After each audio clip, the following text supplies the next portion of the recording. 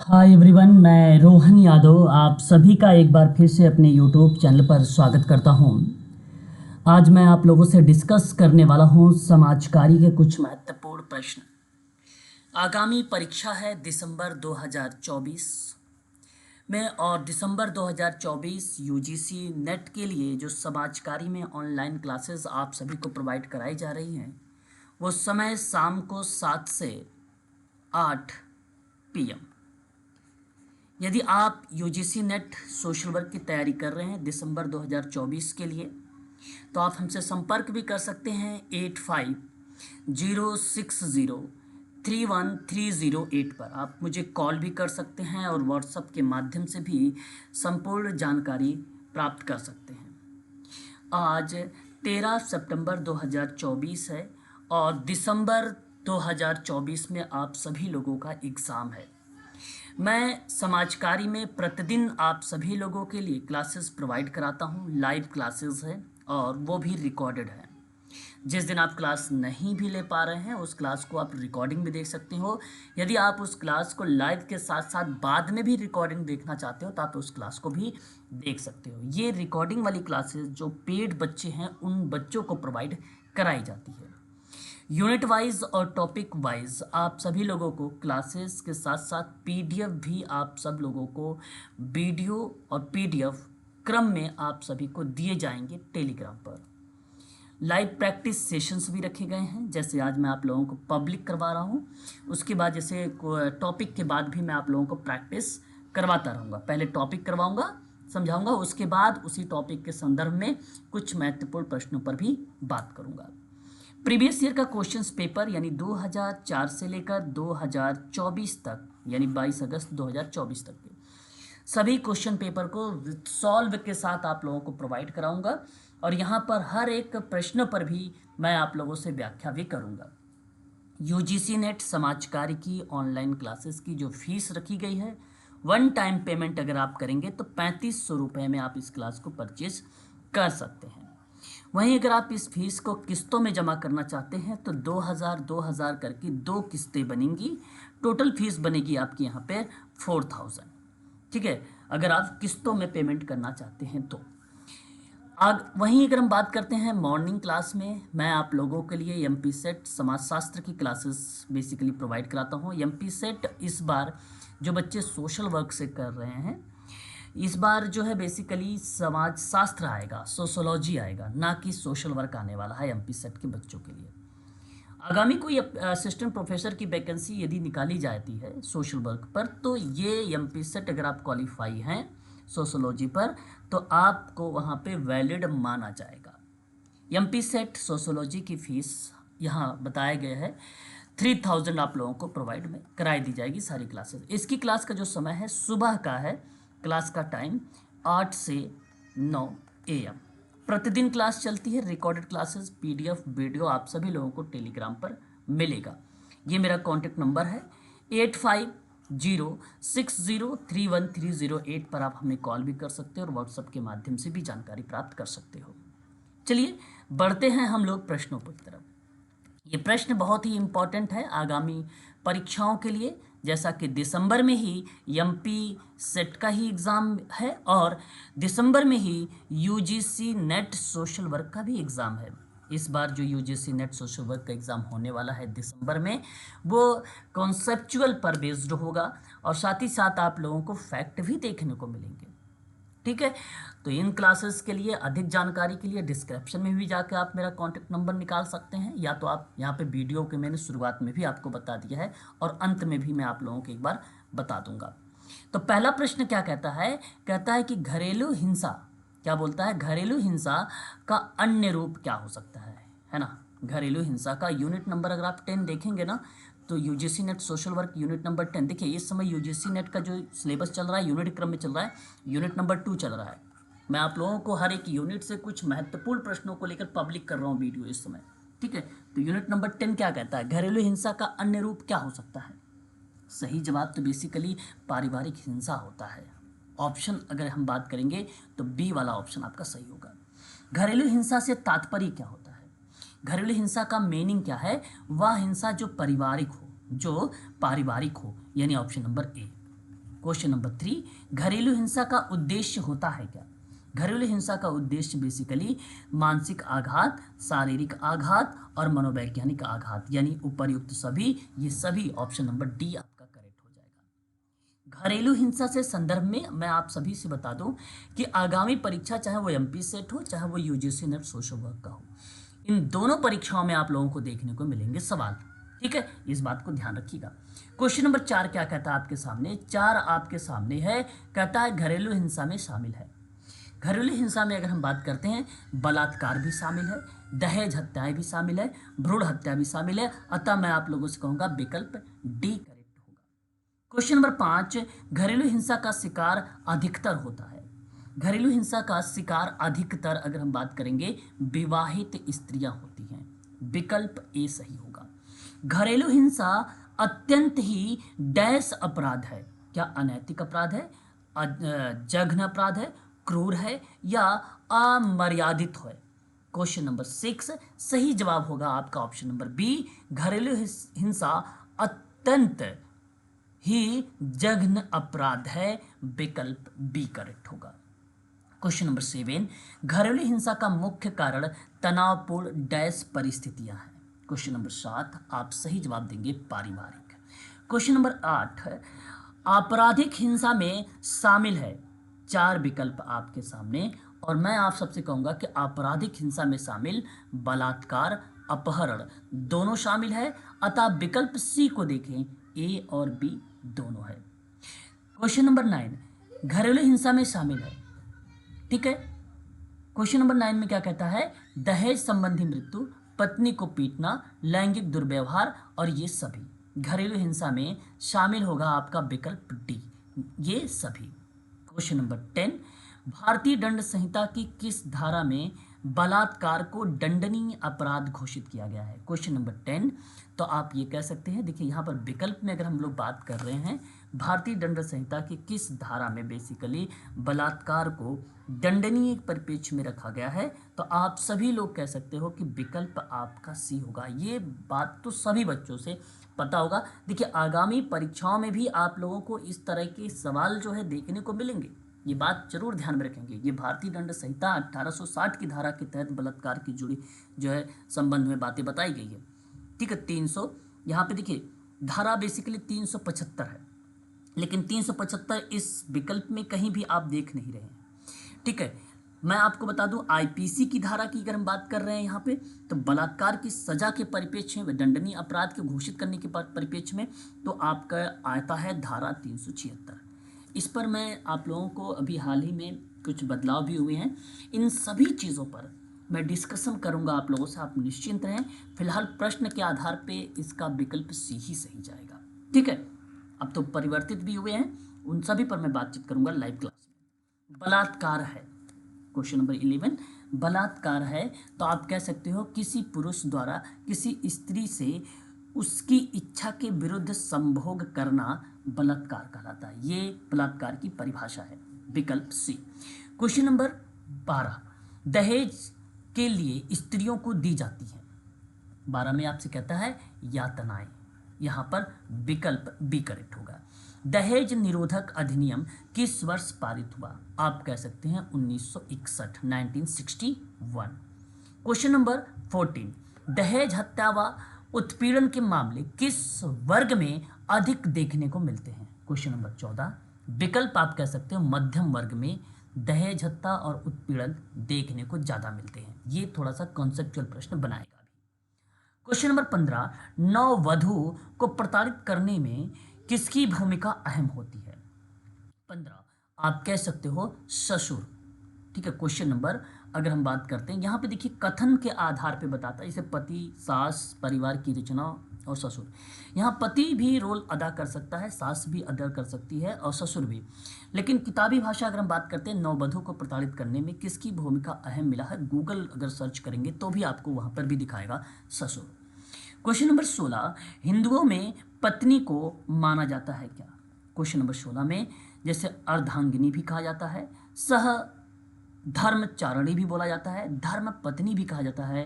ठीक है, हिंदुओं में पत्नी को माना जाता है, अतः मैं कहूँगा विकल्प डी आपका सही होगा। पत्नी के साथ अत्याचार अधिक करते हैं, पत्नी के साथ अत्याचार अधिक करते हैं। क्वेश्चन नंबर 17 में आप ये बात कह सकते हो कि विकल्प जो जाएगा मादक द्रव्य व्यसनी, पत्नी के साथ अत्याचार अधिक करते हैं मादक द्रव्य व्यसनी, विकल्प आपका बी यहाँ पर करेक्ट माना जाएगा। भारतीय समाज की विभिन्न समस्याएं हैं। क्वेश्चन नंबर 18 आप कह सकते हैं दहेज भी है, घरेलू हिंसा भी है, विधवा पुनर्विवाह भी है, अतः विकल्प डी सही होगा, ये सभी करेक्ट है। क्वेश्चन नंबर 19 वह स्त्री विधवा कहलाती है जिसका पति, क्वेश्चन नंबर 19 आप कह सकते हो मर गया हो, विकल्प सी है। क्वेश्चन नंबर 20 विधवा स्त्री को किन नियमों का पालन करना पड़ता है। क्वेश्चन नंबर 20 आप कह सकते हो यहाँ पर कि विधवा स्त्री को किन नियमों का पालन करना पड़ता है। उसके बाल मुड़वा दिए जाते हैं, सही जवाब है। वह श्रृंगार नहीं करती है, ये भी सही जवाब है। वह अच्छे वस्त्र भी नहीं पहन सकती है, ये भी सही जवाब है। अतः उपर्युक्त सभी विकल्प डी आपका करेक्ट मान लिया जाएगा। क्वेश्चन नंबर 21 विधवा स्त्री का विधवा स्त्री का जीवन होता है सुखद, दुखद, कठिनाइयों से परिपूर्ण या अनैतिक। विधवा स्त्री का जीवन होता है तो आप कह सकते हैं कठिनाइयों से परिपूर्ण। क्वेश्चन नंबर 22 भारतीय समाज है, भारतीय समाज क्या है, आप कह सकते हैं पुरुष प्रधान है, विकल्प बी। क्वेश्चन नंबर 23 धार्मिक दृष्टि से किसको अधिक महत्वपूर्ण माना गया है, धार्मिक दृष्टि से, तो आप विकल्प ए को बताइएगा। धार्मिक दृष्टि से विकल्प ए पुत्र को अधिक महत्वपूर्ण माना गया है। क्वेश्चन नंबर 24 प्रत्यक्ष नारी हत्या है, आप कह सकते हैं नारी शिशु को मार डालना। क्वेश्चन नंबर 25 अप्रत्यक्ष नारी हत्या क्या है, आप कह सकते हैं यहाँ पर अप्रत्यक्ष नारी हत्या को कन्या भ्रूण हत्या, अप्रत्यक्ष नारी हत्या को, विकल्प आपका बी करेक्ट माना जाएगा 25 का।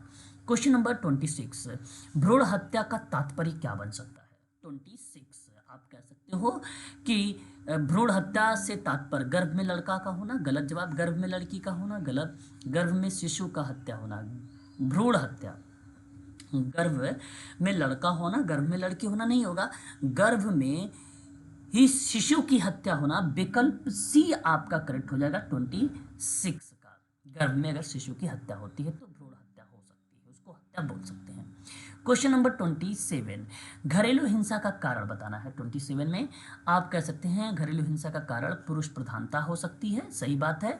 स्त्री पुरुषों पर अधिक निर्भरता भी कह सकते हो, अशिक्षा भी कह सकते हो, अतः विकल्प डी करेक्ट होगा।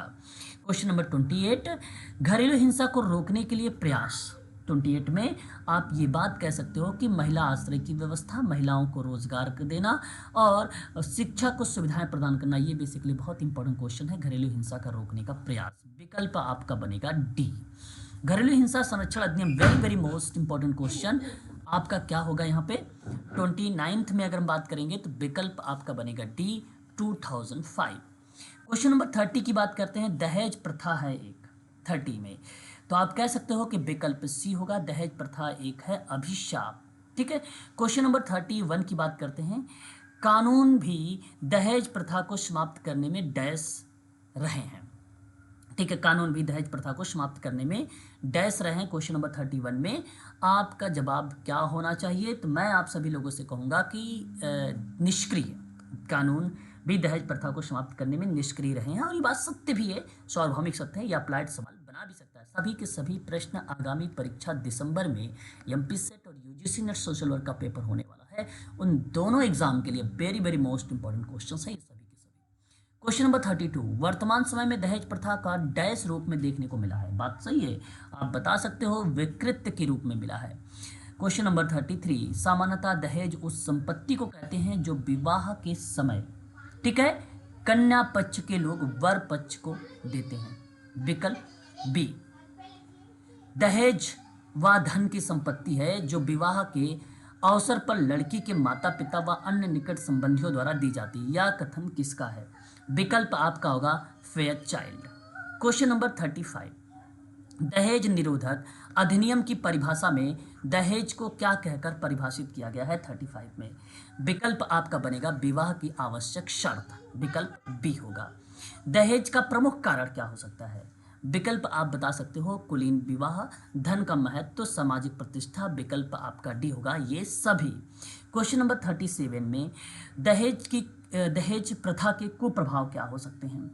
बालिका वध हो सकता है आपका ए ऑप्शन। क्वेश्चन नंबर 38, दहेज प्रथा का मुख्य दोष क्या हो सकता है? 38 में आप कह सकते हो पारिवारिक विघटन, अनैतिकता, कन्या भ्रूण हत्या। विकल्प डी ये सभी। क्वेश्चन नंबर 39 की बात करेंगे, दहेज के कारण विवाह ना होने पर अनेक लड़के लड़कियों को भी हो जाती है। दहेज के कारण विवाह ना होने के अनेक लड़के लड़कियों को हो जाती है। 39 का विकल्प बनेगा आपका यहाँ पर मानसिक बीमारी।